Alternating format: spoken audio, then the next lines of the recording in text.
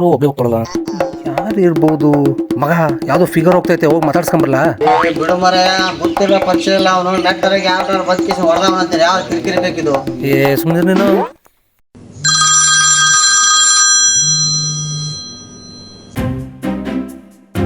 ಹೇಳೆ.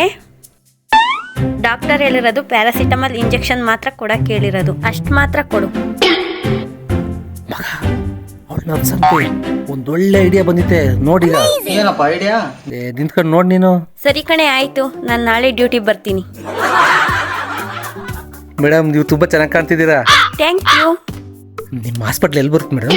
ನಿಮ್ಗೆ ಯಾಕೆ? ಏನಾರ ಆದರೆ ನಿಮ್ಮ ಹಾಸ್ಪಿಟ್ಲಿಗೆ ಬಂದು ಅಡ್ಮಿಟ್ ಆಗೋಣ ಅಂತವ. ಆಗಲ್ಲ ಬಿಡಿ.